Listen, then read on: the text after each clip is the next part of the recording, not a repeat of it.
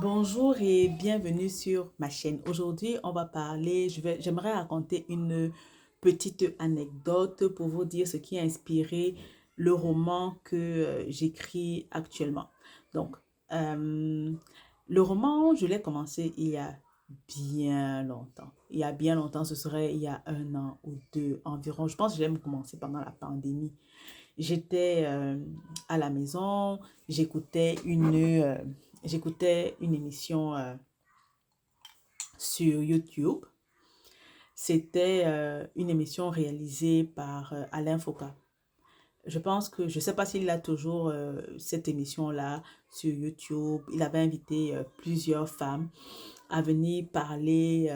Généralement, les profils étaient différents. Il y avait des entrepreneurs, il y avait des médecins, des femmes en position de pouvoir d'une certaine manière.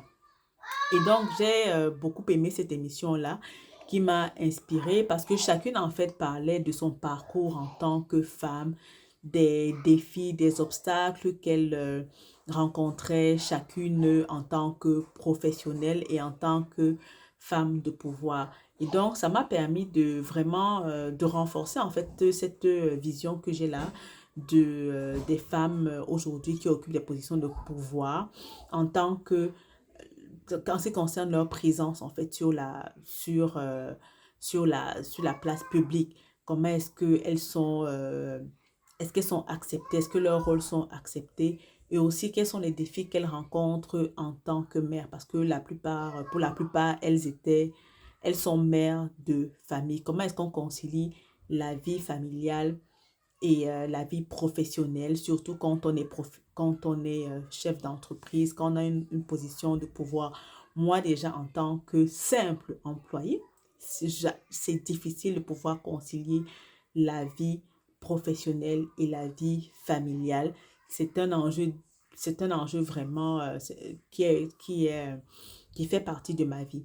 Et je blague souvent en disant, je comprends pourquoi à une certaine époque, les femmes restaient à la maison pour s'occuper des enfants. C'est que c'est pas forcément plus facile.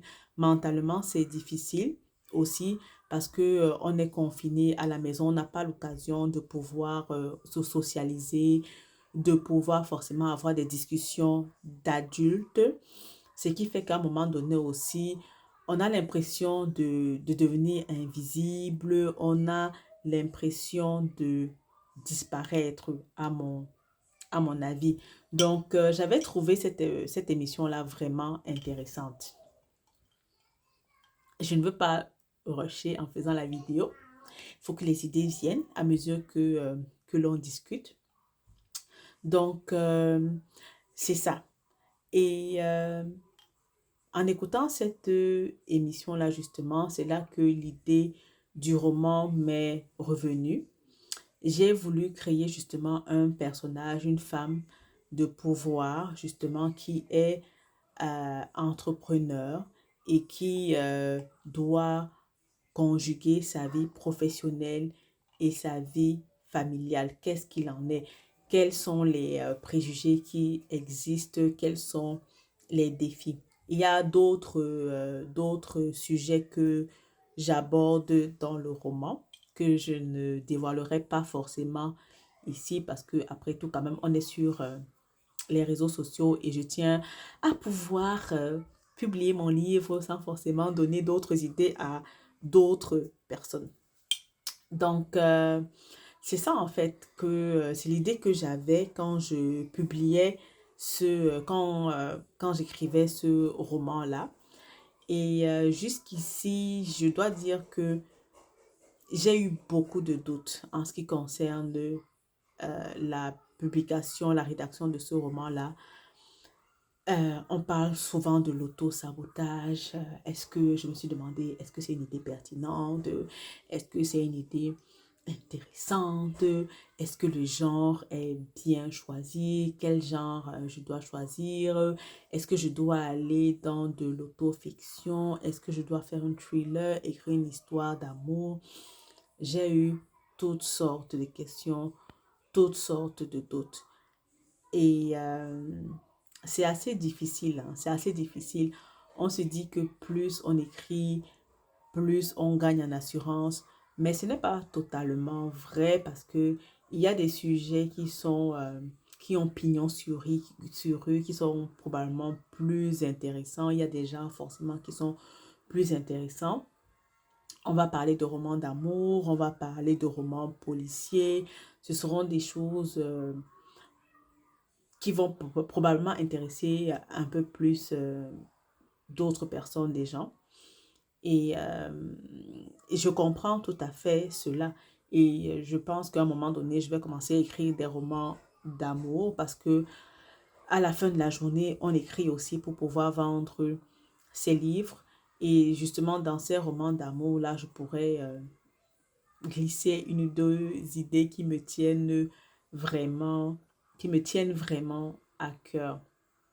Donc, c'est ça, écrire un roman, c'est pas un long fleuve tranquille. Ce n'est vraiment, mais vraiment pas un long fleuve tranquille.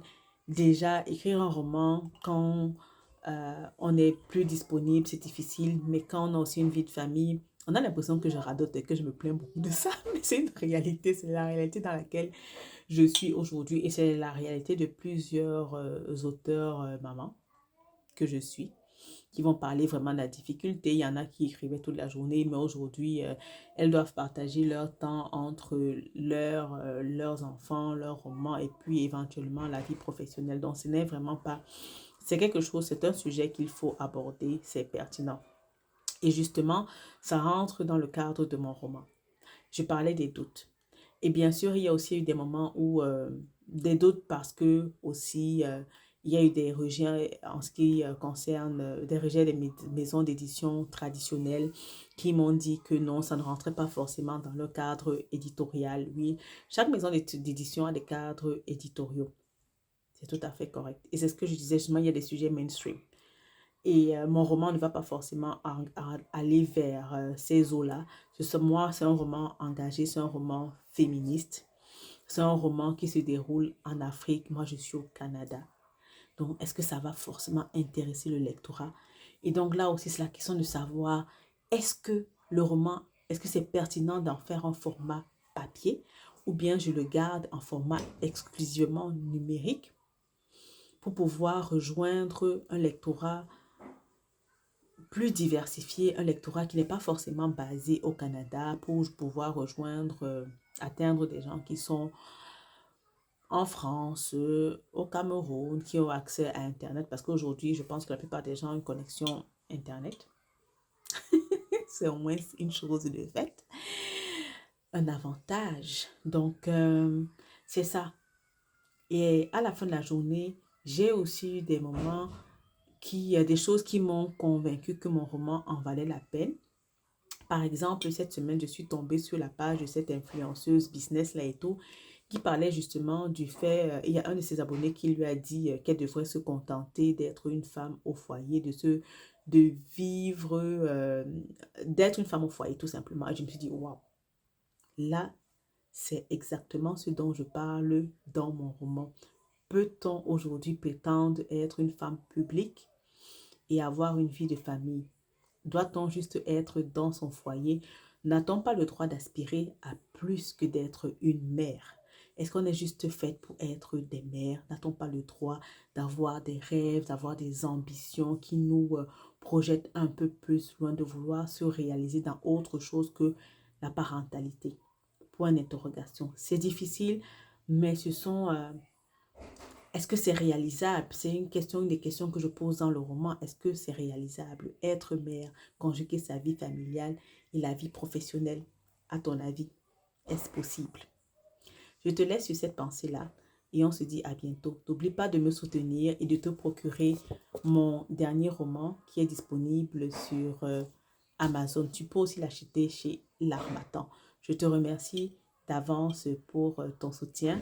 N'oublie pas de liker la vidéo, de laisser un commentaire et même de la partager.